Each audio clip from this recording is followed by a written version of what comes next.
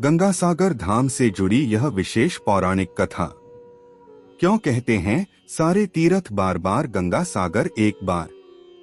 सनातन धार्मिक ग्रंथों में निहित है कि दैविक काल में भगवान श्रीहरि का धरती पर अवतरण हुआ था।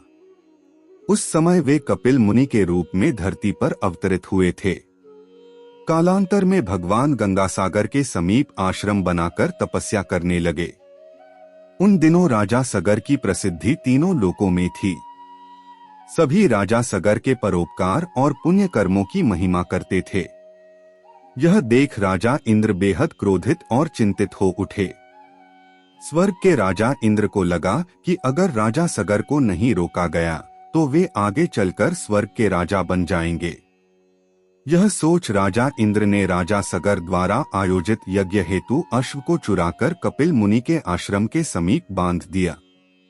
जब राजा सगर को अश्व के चोरी होने की सूचना मिली तो उन्होंने अपने सभी पुत्रों को अश्व ढूंढने का आदेश दिया।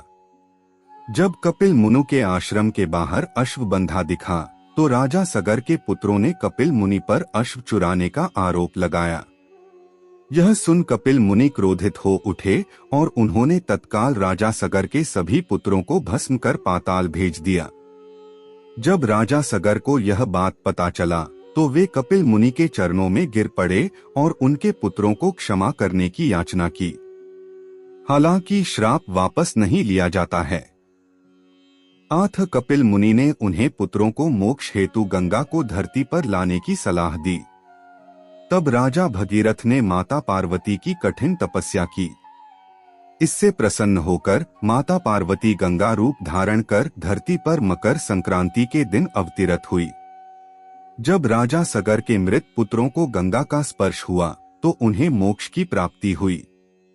आथ गंगा सागर में मकर संक्रांति के अवसर पर स्नान ध्यान का विधान है। स्नान का महत्व। मकर संक्रांति के मौके पर गंगा सागर में लाखों की संख्या में श्रद्धालु पहुंचते हैं। धार्मिक मान्यताओं के अनुसार मकर संक्रांति पर गंगा सागर में स्नान करने से सभी पाप नष्ट हो जाते हैं और पुण्य की प्राप्ति होती है। साथ ही यहाँ हर मकर संक्रांति पर स्नान करने से मोक्ष की भी प्राप्ति होती है। गंगा सागर में स्नान के बाद सूर्यदेव को अर्घ्य दिया जाता है और श्रद्धालु समुद्र को नारियल और पूजा से संबंधित चीजें भेंट करते हैं। मान्यता है कि मकर संक्रांति पर स्नान करने से सभी मनोकामनाएं पूरी हो जाती है और सुख समृद्धि की प्राप्ति होती है। गंगा सागर का मेला हुगली नदी के तट पर लगता है। यह वही जगह है जहां गंगा बंगाल की खाड़ी में जाकर मिल जाती है। जहां गंगा और सागर का मिलन होता है उस स्थान को गंगा सागर कहा जाता है।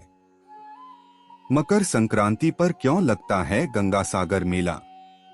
मकर संक्रांति पर गंगा सागर में स्नान को लेकर पौराणिक महत्व है। पौराणिक कथा के अनुसार जब माता गंगा भगवान शिव की जटा से निकलकर पृथ्वी पर पहुंची थीं, तब वह भागीरथ के पीछे पीछे चलकर कपिल मुनि के आश्रम में जाकर सागर में मिल गई थीं। वह दिन संक्रांति का दिन था।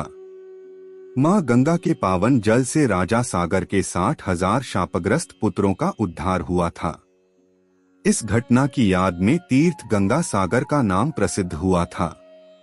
यहाँ हर साल मकर संक्रांति के मौके पर गंगा सागर में मेले का आयोजन किया जाता है। मान्यता है कि इस शुभ दिन पर स्नान करने से 100 अश्वमेध यज्ञ करने के बराबर पुण्य फल की प्राप्ति होती है।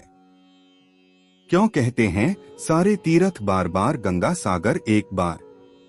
भारत के सभी तीर्थ स्थलों में गंगा सागर को महातीर्थ माना जाता है। सारे तीर्थ बार बार गंगा सागर एक बार, इस कहावत के पीछे मान्यता है कि जो पुण्य फल की प्राप्ति किसी श्रद्धालु को जब तप तीर्थ यात्रा धार्मिक कार्य आदि करने पर मिलता है, वह उसे केवल एक बार गंगा सागर की तीर्थ यात्रा करने और स्नान करने से मिल जाता है। पहले गंगा सागर जाना हर किसी के लिए संभव नहीं हो पाता था, क्योंकि आज की तरफ पहले इतनी सुविधाएं नहीं थीं। इसलिए बहुत कम लोग गंगा सागर पहुंच पाते थे। तभी कहा जाता था कि सारे तीर्थ बार बार गंगा सागर एक बार। पहले यहाँ केवल जल मार्ग से ही पहुंचा जा सकता था, लेकिन अब आधुनिक परिवहन से यहाँ पहुंच पाना बहुत सरल हो गया है। हरे कृष्ण, राधे राधे।